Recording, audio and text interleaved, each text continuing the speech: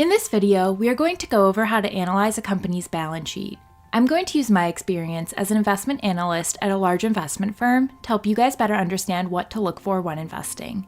Whether you are a new investor just buying your first stock, or if you've been investing for years, I guarantee if you stick around till the end of this video, you will learn something new and useful that you can begin applying to your own investment research process today. Now let's get into the video.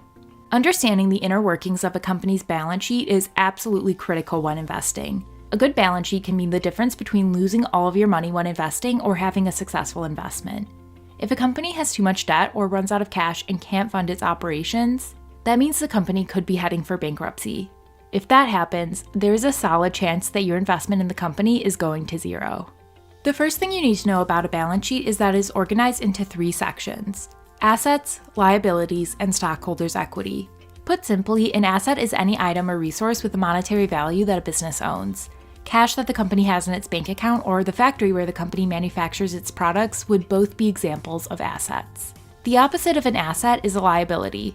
Put simply, a liability is something that the company owes. Things such as a loan from a bank or a payment that the company owes to one of its suppliers are both examples of liabilities. The basic accounting equation is assets equals liabilities plus stockholders' equity.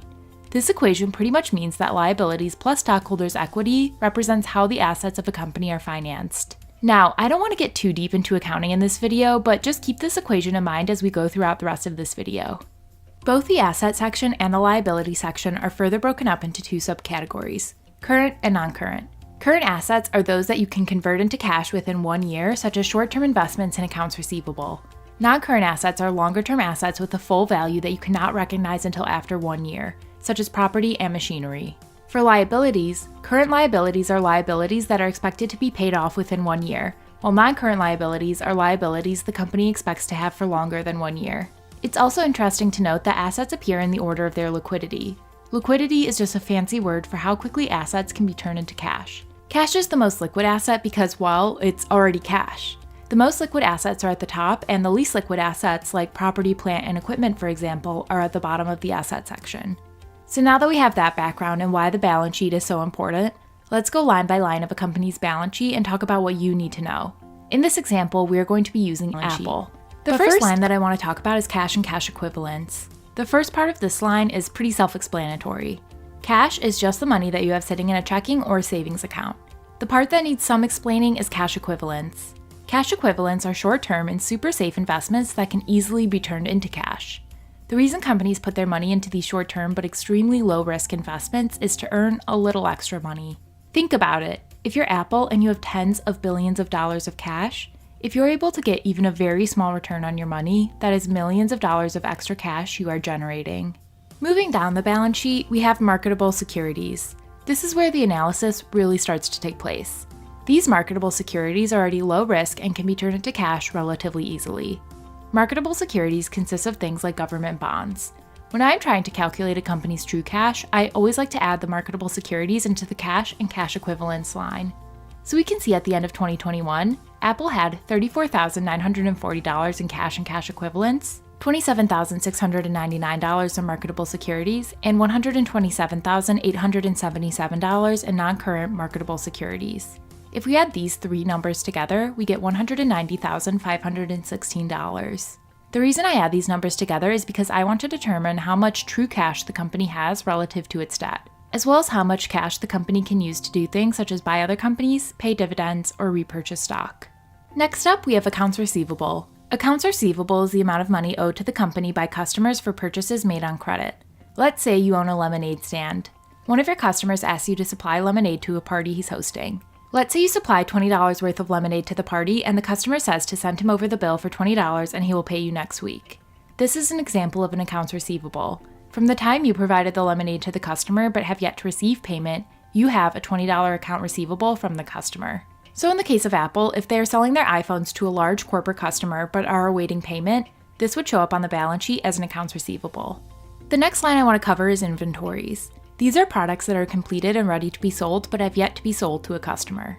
So in the case of Apple, it would be the iPhones, iPads, and MacBooks that have been manufactured but have not yet been sold to customers.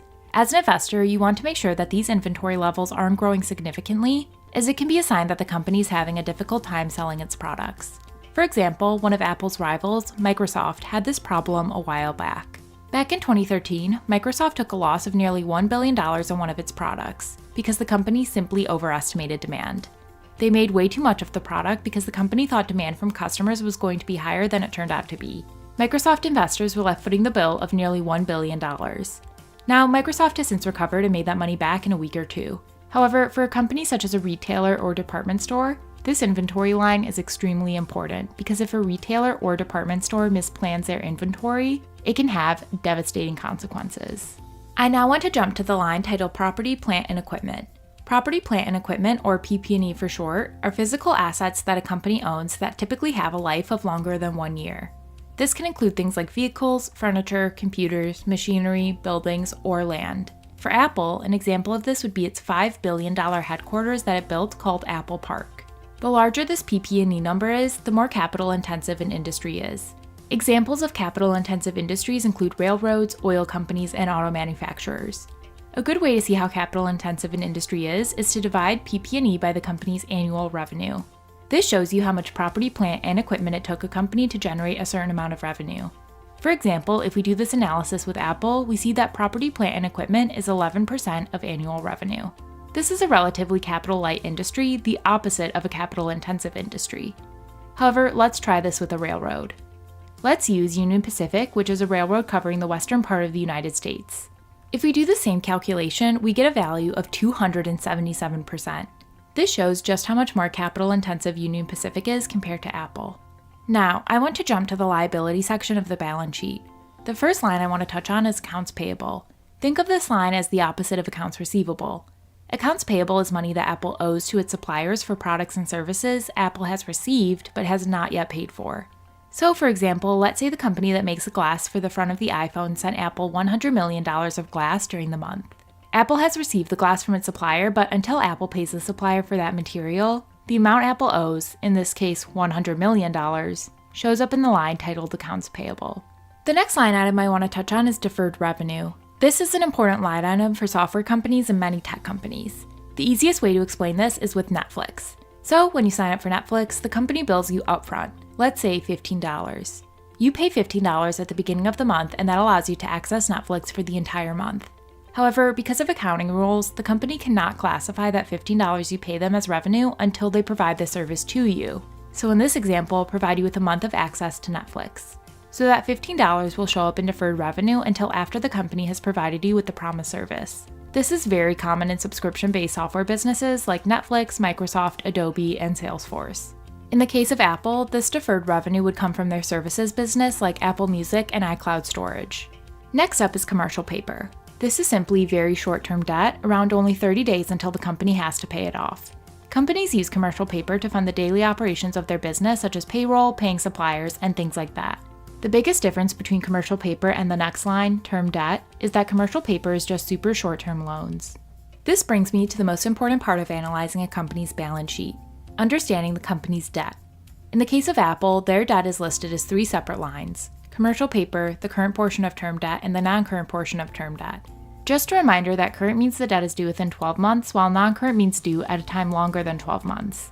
In order to calculate what I refer to as Apple's true debt, we have to add these 3 lines together. Adding together the $6,000 of commercial paper, the $9,613 current portion of debt, and the $109,106 non-current portion of debt, we see that Apple's true debt is $124,719. However, I want to take this analysis one step further. So now that we have Apple's true cash that we calculated earlier and the company's true debt, we now want to calculate what in the investing industry is referred to as net debt. It's a super easy calculation. Just take the company's debt and subtract out the cash the company has. This leaves you with a net amount of debt. If we do this with Apple, we get negative $65,797. This means that the company in theory does not have any debt on its balance sheet because its cash exceeds its debt. It's important to subtract out the cash a company has from its debt amount in order to see how much net debt the company has that it can't pay right away. In the case of Apple, even though the company technically has $124 billion of debt, they really don't because they have far more cash on the balance sheet than debt. At first glance, you as an investor might be worried about that large debt amount of $124 billion, but once you understand that Apple has cash of $190 billion, you suddenly aren't so worried about that debt number at all anymore. In order to illustrate my point, let's use another company as an example, Coca-Cola. Coca-Cola has $42,793 in debt and $10,914 in cash. In order to calculate Coca-Cola's net debt, we take the debt amount and subtract out the cash amount. This leaves us with a net debt amount of $31,879. So this leaves an important question for us as an investor. Is this a large net debt figure or not? That completely depends on how much money the company makes.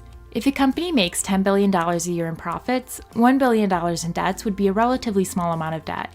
However, if a company only makes $100 million in profits a year, that same $1 billion in debt would probably crush it and cause it to go bankrupt.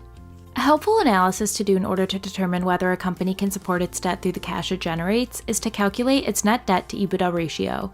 This is a pretty straightforward calculation. You take the company's net debt and divide it by its annual EBITDA, which is what we usually use as a proxy for cash flow.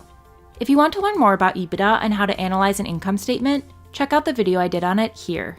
Coca-Cola had an EBITDA of $10,533 in 2020. By taking Coca-Cola's net debt and dividing it by this EBITDA amount, we get a net debt to EBITDA ratio of 3.03.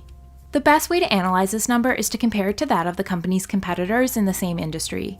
This is because different industries use varying amounts of debt to fund the operations of the company. It wouldn't make sense to compare Coca-Cola's net debt to EBITDA to a high-growth software company, but it would make sense to compare it to other consumer packaged good companies like Nestle or Procter & Gamble. Now, I'm not going to spend a ton of time talking about the shareholder equity section because pretty much all of your time as an investor should be spent better understanding the assets and the liabilities of a company. However, there is one investment metric that I do want to bring your attention to. That metric is return on equity, and it is calculated by taking a company's net income from the income statement and dividing it by the company's total shareholders' equity. Return on equity tells you how much net income a company generates per dollar of invested capital.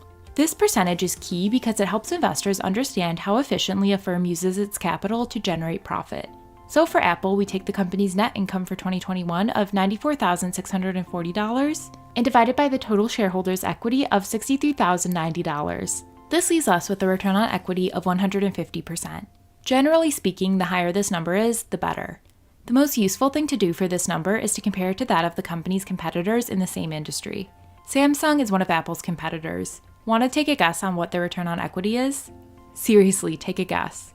Well, Samsung's ROE is 17%. This demonstrates just how great of a business Apple is. It is able to generate a ton of money in profits with relatively little shareholders' capital. No wonder Apple is the most valuable company in the world. So there you have it. Make sure to give this video a like and subscribe to the Investor Center. And if you want to check out the other videos in this series, including how to analyze an income statement and a cash flow statement, check it out here. Talk to you guys soon.